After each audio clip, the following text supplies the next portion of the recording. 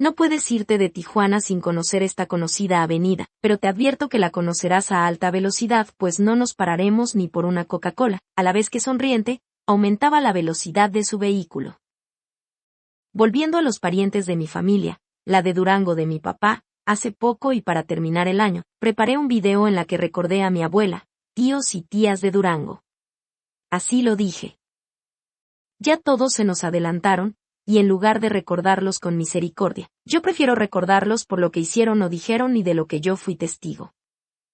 Empezando con la anécdota de mi tía Tila, con su Enamorados del Amor, y también la recuerdo, cuando risueña, decía que una niña siempre debería ser coqueta, a la vez que le ponía una bonita pañoleta a mi hijita Veronique, de apenas 2 años de edad, cuando Cristiane le había cortado el pelo para que le creciera más robusto.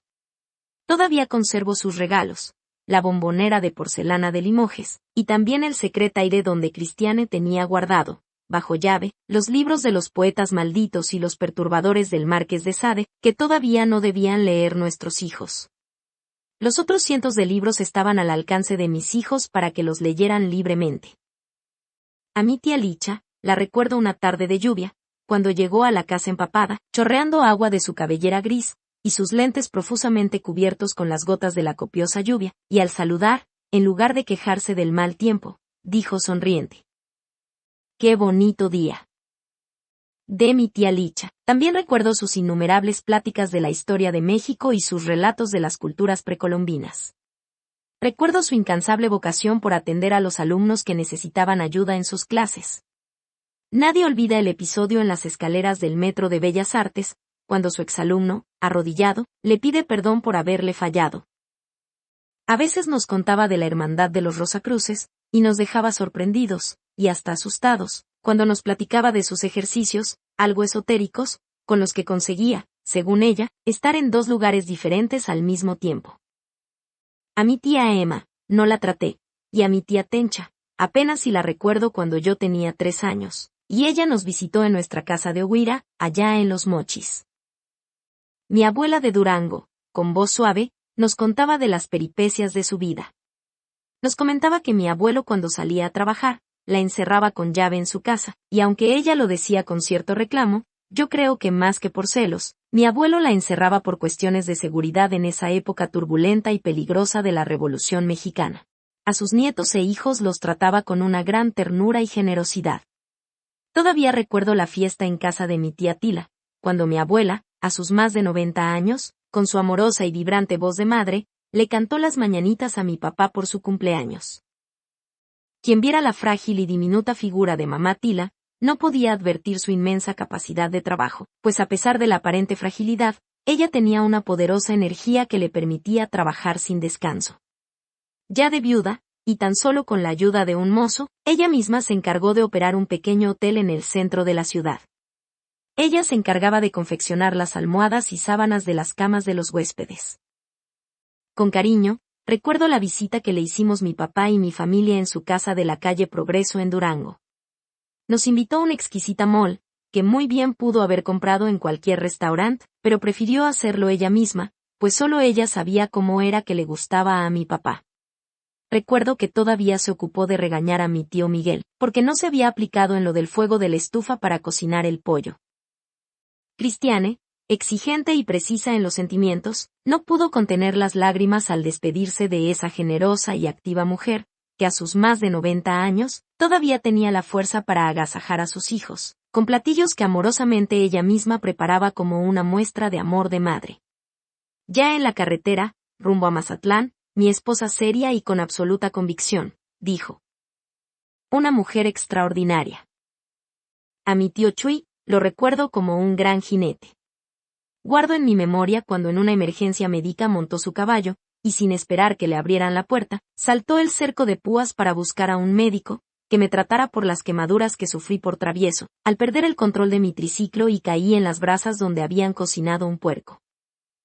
En alguna ocasión, me subió a su caballo y me llevó de visita a una casita de adobe que no estaba lejos de nuestra casa. De esa tarde, todavía recuerdo las risas de sus amigas y el olor a tierra mojada de las plantas recién regadas. A mi tío Miguel lo recuerdo con su cabello hirsuto, su plática apresurada y su franca y ruidosa carcajada. Algunos domingos yo lo iba a buscar al Metro Sevilla para llevarlo a mi casa de Lomas de las Palmas. Pasábamos muy buenos momentos disfrutando la exquisita comida francesa que preparaba Cristiane, y alrededor de una buena botella de vino, platicábamos de historia universal y de la política de México, la oficial, y también las secretas de los personajes de la política de México. En esas pláticas, a mi tío le gustaba presumir del francés que había aprendido en la escuela, y con simpática irreverencia, entremezclaba su plática con las pocas palabras de francés que había aprendido en el colegio de abogados. Una vez, lo acompañamos a un evento en el pueblo de Chiconcuac en donde trataría asuntos agrarios, y de aquella visita, a mi esposa Cristiane se le quedó grabado la adoración con lo que la gente de ese pueblo veía a mi tío Miguel, pues ellos esperaban que mi tío les resolviera sus problemas agrarios o legales de todo tipo. Cuando mi amigo Mario se casó en Cuernavaca, él me prestó su automóvil para que Cristiane y yo fuéramos a la fiesta. En otra ocasión, me hizo manejar toda una noche un automóvil de su amigo Viterbo, para que los llevara a un poblado de Veracruz, porque su amigo recién había adquirido ese automóvil y no le sabía muy bien a eso de la manejada en carretera. También lo recuerdo, cuando muy joven, una madrugada llegó a Los Mochis huyendo de unos matones a sueldo de los caciques de los aserradores ilegales de El Salto, Durango. Esa madrugada mi papá lo llevó al campo de Ohuira para que allí se escondiera y salvarse de los matones que lo querían muerto. A mi tío Alfonso, lo recuerdo con mi papá en una reunión de mi casa en donde organizamos una jugada de cartas. Esa noche, al despedirse, me prometió un regalo. Semanas después se apareció en mi casa en compañía de uno de sus hijos, y me entregó una finísima y suave piel de gato montés, que todavía conservo.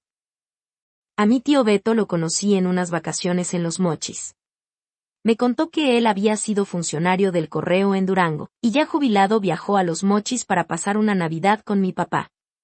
Recuerdo su rostro preocupado, pidiéndome que bajara el vidrio de mi automóvil, para darme las últimas recomendaciones sobre la precaución de la manejada en mi viaje de regreso a la Ciudad de México.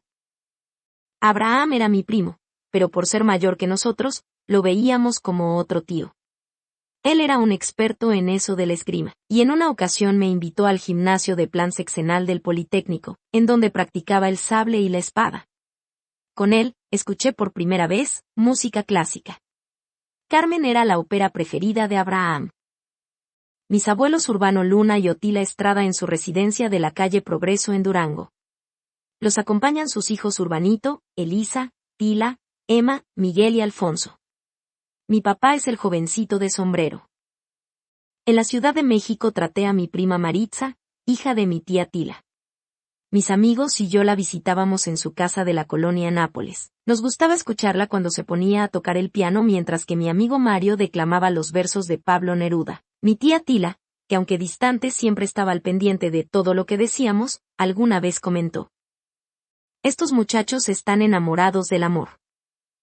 A mi prima Aku la recuerdo con mucho cariño, pues cuando yo estaba en el exilio allá en Estocolmo, Suecia, trabajando para la LM Ericsson y después de más de un año de padecer el frío ambiente de ese país nórdico, además del distante comportamiento de los suecos, una tarde suena el teléfono y gran sorpresa escuchar la voz de Aku, que me saludaba y me decía que andaba de paso por allí cerca, creo que estaba en Copenhague. Grata e inolvidable sorpresa. Dicen que en esta vida, la felicidad se mide por pequeños instantes, y esos breves minutos de la llamada telefónica de Aku marcaron algunos de los instantes de felicidad de mi vida. A su hermana Estrella la recuerdo como una gran luchadora y comprometida con las causas sociales. Ella vivió muy cerca de mi tía Licha y alguna vez nos contó del episodio en las escaleras del Metro de Bellas Artes, en donde un joven se arrodilló ante mi tía y le dijo: «Perdón, maestra, le fallé, otra vez caí en el vicio». Este relato que hago de mis recuerdos y los de mi familia y amigos y conocidos del barrio de la Guillermo Prieto, en mucho se debe a la petición que al respecto me hizo mi querida prima Estrella, cuando me dijo que en unas vacaciones que pasó en Los Mochis, se acercaba a mi mamá que tenía en sus brazos a Fernando, el menor de mis hermanos, y que, al acurrucarse en sus brazos, mi mamá la acogió calurosamente. Así era mi mamá, en los negocios, sí, pero también con la amorosa relación con sus hijos y parientes. Recordando este emotivo episodio, Estrella me dijo que yo debería escribir algo de la historia de mi familia. Esas vacaciones de mis primas en Los Mochis Aku y Estrella la recuerdan con mucho cariño, sobre todo las aventuras con mis hermanos en el campo Guadalupe. En ese lugar, salvaje para ellas, acostumbradas al confort de la metrópoli, con mucho gusto vivieron y disfrutaron aventuras y travesuras en las lagunas y en los campos cubiertos de matorrales y cactus de los alrededores del campo Guadalupe. A mi prima Rosario, hija de mi tía Licha, la recuerdo cuando a veces la acompañaba a Bellas Artes a sus clases de canto. Ella era una gran cantante y participaba en los conciertos de Bellas Artes. De ella recuerdo su suave hablar y su cortesía con mis amigos. Rosario también incursionó en eso de la pintura, aunque creo que no con tanto éxito, aunque yo todavía conservo una de sus obras, la de la mujer indígena con su hija. Volviendo a la historia de mi familia Luna Urquídez de la Guillermo Prieto y Morelos, les comento que Urbanito fue el hermano mayor y mi papá lo mandó a estudiar a Durango y después a la Ciudad de México. Pero a mi hermano no le gustó eso de seguir una carrera y aunque mi papá se enojó mucho, Urbanito se quedó a trabajar con mi papá en eso de las exportaciones de legumbres a los Estados Unidos, y posteriormente, se fue por su lado y anduvo en eso del transporte. Con el tiempo se fue a vivir al puerto Lázaro Cárdenas y se casó con María de Salud, con quien tuvo 3 hijos, Marco Antonio, Julio César y Urbanito, al que le dicen el Chico. De los 3, solo con Marco Antonio he tenido una relación, pues algunas veces nos ha visitado en nuestra casa de Lomas de las Palmas. En Lázaro Cárdenas, mi hermano tenía buen negocio con la carga de los barcos que traían material y equipo para una siderúrgica. Ana Luisa, mi hermano José Luis y yo, nos pusimos de acuerdo para invertir en la compra de otros 2 tráileres que Urbanito administraba en ese puerto, de Michoacán. El negocio iba muy bien, pues por su seriedad y pericia en eso del manejo de la carga, los capitanes de los barcos lo preferían, pero eso también le trajo problemas con los malandrines que controlaban el puerto, y que le exigían derecho de piso, a lo que mi hermano se negaba. Cuando Cristian y yo fuimos de visita a Lázaro Cárdenas, su esposa María de Salud, con lágrimas en los ojos, nos dijo que temía por la vida de mi hermano, pues estaba amenazado de muerte por los del crimen organizado. Sin pensarlo 2 veces yo le dije a mi hermano que a pesar del buen negocio que teníamos en ese puerto, mejor lo dejara y se fuera a Sinaloa para allí hacer negocio con los tráileres. Afortunadamente mi hermano me hizo caso y se fue a Los Mochis con su familia. En Los Mochis busqué a mi amigo Mendoza Luque, a quien le decíamos el Palín porque de chico era muy flaquito y que también era vecino de la Guillermo Prieto. Lo busqué para que me ayudara en eso de conseguir carga para nuestros tráileres, pues yo sabía que él estaba en él negocio del transporte de carga en la región de Los Mochis, y sin pensarlo 2 veces, de inmediato nos puso en contacto con los de la Alianza de Transporte de Carga de la región. Mi papá y mi mamá con mi hermano Urbanito en el año 1936. Mi hermano José Luis fue el único que estudió en una universidad fifí, estuvo en el conocido ITAM, la Escuela del Neoliberalismo, en donde fue un destacado estudiante y resultó un mejor profesionista. De muy jovencito se fue a Sonora con el equipo del gobernador Biebrich, y allá hizo carrera en donde ocupó el puesto de secretario de Economía del Estado en 2 sexenios. Finalmente estuvo como delegado de la Secretaría del Medio Ambiente Federal, hasta que llegaron los del PAN, que le hicieron una muy sucia y perversa jugada para que renunciara en ese puesto, pues ellos tenían un perfil diferente para los funcionarios de su partido. Mi hermano logró el 2º lugar en el Premio Nacional de Economía que otorgaba el gobierno federal, lo que a mí me dio mucho gusto, y mi empresa Costatel hasta publicó un desplegado en el periódico El Debate de Los Mochis. Mi hermano se casó con Maribel, con quien tiene 2 hijos, José Luis y Carlos Alberto. Este último ahora ocupa un buen puesto en la Ford de Hermosillo, y alguna vez me visitó aquí en la Ciudad de México en compañía de su prometida, ahora su esposa. Recuerdo que yo quedé impresionado con la belleza de esa joven sonorense, que al sonreír, mucho me recordó la sonrisa de la Mona Lisa de la conocida pintura del célebre pintor Leonardo da Vinci, que se encuentra en el Museo del Louvre en París. Antes de Maribel, José Luis se había casado con una muchacha de Hermosillo, Ana Luisa, con quien tuvo a su primera hija, Carolina. Fernando fue el menor de mis hermanos y que también vivió con nosotros cuando ya estábamos en Lomas de las Palmas. Cristiane platicaba mucho con él y lo recuerda muy bien por la suavidad en el hablar de mi hermano, y a pesar de que no siempre coincidían en sus ideas, Fernando nunca se enojaba ni levantaba la voz y por eso mi esposa lo recuerda como un bogarcón nonchalant. Yo lo invité a que se quedara en la casa cuando mi mamá me pidió que fuera a buscarlo a Guadalajara, pues le preocupaba que Fernando anduviera en eso de los hippies. ¿Y dónde vive en Guadalajara?, le pregunté. Pues no sé, pero tú búscalo. Me fui a Guadalajara y lo busqué en la universidad donde estudiaba eso de la ingeniería de agronomía. No fue muy difícil encontrarlo, pues debido a que mi hermano era muy bueno en eso del básquet, era conocido por muchos de sus compañeros que me aconsejaron que fuera a las canchas y que allí lo encontraría. Allí lo vi a la distancia, lo reconocí por su bien cuidada y larga cabellera, con un balón de básquet en su mano derecha y de su brazo izquierdo se colgaba una bonita muchacha jalisciense. Fernando se casó con Lourdes y tuvo 3 hijos, Fernandito, Sadia y Ana Patricia. Cuando presenté mi libro Río Fuerte en la Biblioteca Morelos en el año de 2018, fue Fernando el que me dijo muy serio: «Con este libro tú regresaste a Los Mochis». Me quedé reflexionando y me di cuenta de que no le faltaba la razón a lo que me decía mi hermano Fernando, pues por mucho tiempo anduve lejos, muy lejos de Los Mochis, aunque nunca olvidé a mi querida ciudad.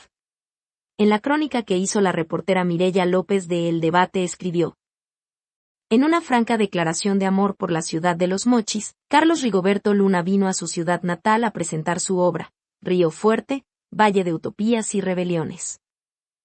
En ese evento me encontré con mis entrañables amigos Jesús Borboa, Jaime Hernández, Gisela Félix, José Luis Cota y su esposa Marisela, además de algunas amigas de mi hermana Ana. Allí estuvo mi gran cuate René Martínez, que vino desde Culiacán con su esposa Valca. También estuvo la hermana de Gisela, quien me dijo: «Rigo, cuando estuviste en Francia mandaste una postal de París». Y yo, que entonces solo era una niña, me dije muy decidida: «Yo tengo que conocer París». Luego, me dijo: «Pasaron más de 50 años, pero finalmente pude cumplir mi deseo de niña, que se despertó cuando tú mandaste aquella postal». Mi esposa Cristiana y mi hermano Fernando con amigos en la presentación de mi libro en la Universidad de Sinaloa. Sí, mi querida ciudad, muestra del modernismo y progreso, que fue una de las pocas ciudades, y tal vez la única que no fue fundada por los españoles. Así lo menciono en mi libro Río Fuerte. No podía ser de otra manera, pues desde donde quiera que se mire, la ciudad de Los Mochis es una ciudad moderna en donde se observa el orden y la pulcritud urbanística. Sus amplias y muy bien trazadas calles y avenidas con sus anchas banquetas permiten una movilidad eficiente para vehículos y peatones. Sus útiles y bien pensados callejones facilitan el adecuado suministro de los servicios municipales como el agua, la luz, el teléfono y el drenaje. Vista desde arriba, la ciudad parece como un bosque de árboles y palmeras que casi por completo cubren las casas y edificios. Bosque único en el país, porque está poblado con las especies de árboles que Benjamin Johnston trajo de diferentes regiones del globo terráqueo, para construir aquí en Los Mochis, el impresionante jardín botánico. Aquí en Los Mochis no predomina la jungla de concreto, acero y cristal que se observa en otras ciudades. Cuando empieza a levantarse la neblina del amanecer, es un deleite caminar sin prisas ni tropiezos por las banquetas de esta moderna, limpia y bien ordenada ciudad, y un poco más tarde, escuchar el concierto de miles de pájaros que se despiertan cuando el sol sale por el rumbo del Cerro de la Memoria. ¿Y qué decir o cómo describir los espectaculares atardeceres que regalan un verdadero mosaico de colores, en el que predomina el rojo anaranjado? En efecto, una muy bien diseñada ciudad con sus callejones para los servicios municipales, pero que yo recuerdo de niño, también servían para el comercio ambulante. Todas las tardes por allí pasaba un señor con un cajón de madera con pan que cargaba en la cabeza, y se detenía en las casas para ofrecer el apetitoso pan dulce, que a mí se me antojaba cuando mi mamá se acercaba a comprarle las arepas, los polvorones, los ochos y los bizcochos. Me pregunto si el negocio de este señor no tiene que ver con la ahora próspera y moderna panadería La Michoacana, de la familia del conocido historiador de Los Mochis Armando Infante, quien tuvo la gentileza de hacerme 2 entrevistas para la Radio Universidad de Sinaloa, y también comentó los 2 libros que yo he presentado en Los Mochis. Por ese mismo callejón y muy temprano por las mañanas, pasaba un muchacho con su caballo, que venía desde el ejido Mochis a vender leche que traía en 2 bidones que colgaban en los flancos de su caballo. Muchos años después me lo encontré en la Ciudad de México cuando estudiaba en la UNAM, y me contó que siempre que pasaba por la casa, y mientras que mi mamá le compraba la leche, él se esforzaba por mirar al interior de la casa para ver si podía observar a mi hermana Silvia. Alfonso Carrillo era este muchacho, hermano de Polo y también de María Luisa, Maicha le decíamos, a quien yo conocí ya de joven estudiante cuando iba con mis amigos al ejido Mochis a alguna fiesta. Con Polo, el otro hermano de Poncho Carrillo, hice amistad cuando vivíamos en la pensión de las calles de Coahuila. No lejos de allí, por la calle de Ámsterdam, estaba una cocina económica que estaba manejada por una atractiva y simpática mujer originaria de Guerrero y casada con un conocido político de esa entidad. A esa cocina íbamos a comer todos los días, donde éramos muy bien tratados, pues el Polo Carrillo andaba noviando con Silvia, la hija mayor de la señora Guillermina con quien finalmente se casó y formó familia. Polo fue muy generoso con los amigos mochitenses, pues cuando él ya ocupaba un importante puesto en el gobierno, a los que se le acercaron, siempre los ayudó con un trabajo. La señora Guillermina siempre pedía que me esperaran a mí para que escribiera en el pizarrón el menú del día, pues decía que yo tenía buena letra. 3 pesos con 50 centavos pesos. Menú. Consomé o sopa de pasta. Arroz. Albóndigas al chipotle o salpicón. Frijoles. Postre y café. Recuerdo que enfrente de esa cocina económica vivía un muchacho que luego fue un exitoso cantante mexicano, Alberto Vázquez, y no pocas veces lo escuchamos ensayar el canto dirigido por su mamá. Por ese rumbo de la calle de Ámsterdam, en forma de un gran óvalo, pues antes había sido un hipódromo con pista de carreras, estaba el Parque México, y no hace mucho, en este 2023, cuando mi amigo Leonel Ávila recibió el premio al ciudadano distinguido, desde ese hermoso y frondoso parque donde un domingo disfrutaba un helado con mi esposa Cristiane, yo le hablé por teléfono para felicitarlo.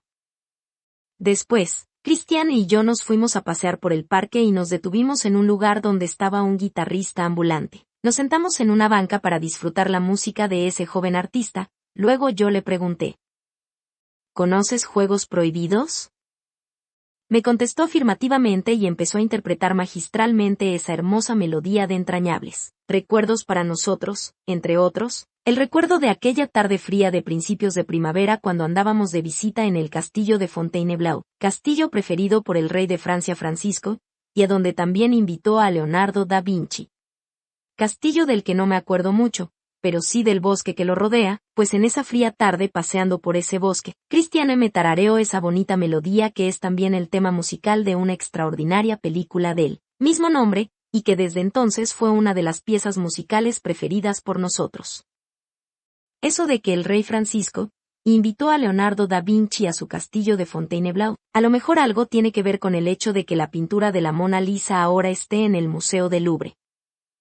Hace un par de años hice un video en YouTube, La infancia feliz de los niños de los Mochis, y que terminó con la interpretación de Juegos Prohibidos con el virtuoso violinista André Rieu y también con la interpretación que Narciso Yepes hace en esa hermosa película, que cuenta la historia de una niña parisina que huyendo de los bombardeos de la aviación alemana, pierde a sus padres y a su perrito y que una vez adoptada por una familia de campesinos franceses, en compañía de Michel C.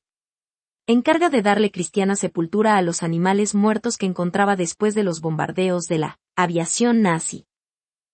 Mi hermana Ana Luisa y mi hermano Gabriel Enrique, aparte de mis padres, son los otros 2 pilares de mi familia. Ana Luisa siempre estuvo al pendiente de las cosas de la casa, y fue quien se ocupó de mis hermanos menores cuando mi mamá andaba ocupada en eso de los negocios. Ana, además de ser una excelente alumna del colegio Sor Juana Inés de la Cruz, también fue una dedicada profesionista que desde muy joven fue autosuficiente, y no pocas veces, ayudó a mi mamá en eso de la economía familiar. Mi hermano Gabriel, el más cariñoso con todos nosotros, también fue el más respetuoso de la personalidad de cada uno, y quien más siguió los principios de solidaridad familiar inculcados por nuestros padres. Gabriel no quiso estudiar y abandonó los estudios desde la escuela primaria, y se dedicó a trabajar con mi papá. Siempre estuvo a su lado, y además de que lo ayudaba en todas las tareas que mi papá le ponía, también lo cuidaba porque mi papá siempre anduvo delicado de salud y Gabriel siempre estuvo al tanto para que tomara los medicamentos que mi hermano Jorge le recetaba. A Gabriel siempre se le veía levantarse temprano para ir al campo con mi papá, cargaba los camiones con el tomate, chiles y tomatillo, y cuando se mandaba carga refrigerada, Gabriel también se encargaba de poner el hielo sin importarle el frío que estuviera haciendo. Por todas partes anduvo con mi papá, lo mismo en los campos de Sinaloa, como en los de Sonora, Nayarit y hasta en los de Guanajuato, en donde mi papá tenía negocio con los agricultores de Irapuato en eso del cultivo del tomatillo. A todos los hermanos, sobrinos y parientes políticos, Gabriel siempre los recibía cariñosamente cuando andábamos de vacaciones en Los Mochis. Yo lo recuerdo cuando anduve instalando la red privada que le había vendido a los de la Casa Ley. En Los Mochis fui a instalar el equipo diseñado por mi empresa Costatel, y Gabriel, al ver que yo batallaba para instalar los gabinetes en la sucursal de Los Mochis, él, muy serio y autoritario, me dijo: «Quítate, tú no sirves para eso de la talacha». Y con mucha facilidad se puso a instalar el dichoso gabinete. Uno de los personajes de mi obra Río Fuerte, el que cultiva fresas en San José de Ahome, está inspirado en mi hermano Gabriel, y para terminar este relato, aquí les pongo algo al respecto. En eso llegaron al campo donde Gabriel Enrique cultivaba sus fresas. Benjamín estacionó su camioneta bajo una enramada, a un lado del tejabán que Gabriel Enrique usaba como bodega y para el empaque de sus fresas. «¿Qué hubo, mi Gaby?», saludó cariñosamente Alejandro. «¿Qué pasó, Alex? Al fin volviste a tu tierra». «Pues ya ves, Gaby, aquí ando otra vez en esta bendita tierra que siempre nos jala». «¿Cómo estás, Gabriel?», preguntó Alejandro. «Pues aquí nomás, con las dolencias de siempre, pero contento porque se me están dando muy bien las fresas». Gabriel Enrique se internó un poco entre los surcos de plantas, hizo a un lado las frutas que estaban poposahui, y luego, escogió una fresa muy roja que le ofreció a Alejandro. «Prueba esta, para que veas la chulada de fresas que producimos aquí. Cométela con confianza pues no está contaminada con ningún fumigante cancerígeno. Aquí todo es orgánico y no hace daño». Alejandro se llevó a la boca la apetitosa fresa que se deshizo al primer mordisco, desparramando por su boca el aromático jugo ácido dulzón. «¿Qué te parece? ¿Cómo te quedó el ojo?», preguntó Gabriel Enrique. «Te darás cuenta de que estas, si son verdaderas fresas, muy diferentes a las de ladriscol, que por fuera se ven grandotas y apetitosas porque están tratadas genéticamente, o quién sabe con qué tipo de productos químicos, pero que ni saben a nada y además son más duras que una papa», dijo maliciosamente divertido Gabriel Enrique, y que hizo que todos soltaran estruendosas carcajadas por la ocurrencia que muy bien describía las fresas de la competencia. Luego se fueron a la enramada en donde Gabriel Enrique les invitó un delicioso y refrescante jugo de sus fresas orgánicas. Les dijo que ya estaba planeando hacer mermelada de fresa, para hacerle competencia a los de la McCormick y a los de la Costeña. Luego se despidieron de Gabriel Enrique, quien emocionado le dijo a Alejandro: «No te pierdas, no tardes tanto en volver a tu tierra porque luego ya no encuentras a los viejos amigos». Gabriel Enrique se dio la vuelta para ocultar sus sentimientos, y en silencio, se dirigió a su huerta de fresas. Fin. Don Urbano y doña Luisa con sus hijos en el 60 aniversario de casados. En primera fila Ana Luisa y Silvia y atrás, Poncho, Jorge, Pati, Fernando, Rigo, Gabriel y José Luis. Foto familiar en el 50 aniversario de bodas de mis papás.